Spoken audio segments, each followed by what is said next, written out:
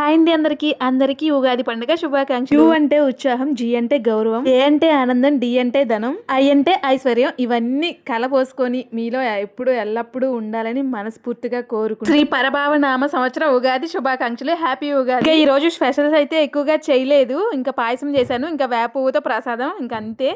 బూర్లు పిండి పట్టానులే కానీ ఇంకా బూర్లు వేయలేదు. ఎందుకంటే ఈ రోజు పూజ దగ్గర ఇంకా లేట్ అయిపోయింది నాకు. రాత్రి వర్షం పడడం వల్ల పొద్దున్నే లెగిసి అవన్నీ కడగాల్సొచ్చింది. గుమ్మాలు అవన్నీ గూడా.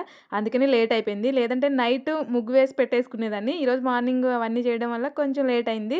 ఇంకా అందుకని చెప్పేసి ఇంకా పాయసమును, ఇంకా వేప పువ్వుతో ప్రసాదం చేశాను. అంతే, ప్రసాదాలు 2 చేసి అక్కడ పెట్టేసి ఇంకా రెడీ అయిపోయి పూజ కూడా చేసేస్తున్నా. దేవుడి దగ్గర ప్రసాదం పెట్టేటప్పుడు నేను ఎప్పుడైనా సరే ఆ ప్రసాదంలో ఒక 2 తులసాకులు వేసి పెడతాను. అలా అలవాటు నాకు ఫస్ట్ నుంచి గూడా. ఇంకా పూజ చేసుకోవడం అయిపోయిన తర్వాత ఇల్లంతా కూడా ధూపం వేశాను. పూజ పూర్తయ్యాక ఇల్లంతా కూడా ఇలా ధూపం వేసుకోకపోతే నాకెందుకో పూజ పూర్తయినట్టు అనిపించదు. ఇంకా ఈ రోజు కట్టుకున్న శారీ కూడా పింకే. ఇంకా ఈ పింక్ పీచ్ మాత్రం వదలదు మనకి. లైట్ పింకు, థిక్ పింకు ఏదైనా సరే మొత్తానికి పింక్ అయితే ఉండాలి. ఇంకా బ్లౌజ్ అయితే సింపుల్ గా కట్ వర్క్ కుట్టేసుకున్నాను. వేపు ప్రసాదం అంటే నాకు చాలా ఇష్టం. ఇలా గిన్నెలో కానీ గ్లాసులో కానీ తింటేనే నాకు తిన్నట్టుంటది. అది కూడా వేప పువ్వు ఎక్కువ వేసి చేశాను, బాగుంది. ఇలా పండగ రోజే కాకుండా విడిగా టైంలో కూడా కావాలని మరి వేప పువ్వు తెచ్చి మరి అమ్మతో చేయించుకునేవాళ్ళం. చాలా ఇష్టంగా తినేవాళ్ళం. మీలో కూడా ఎవరైనా ఉన్నారా ఇలా తినేవాళ్ళు? వీడియో నచ్చితే కాస్త సబ్స్క్రైబ్ చేసుకోండి.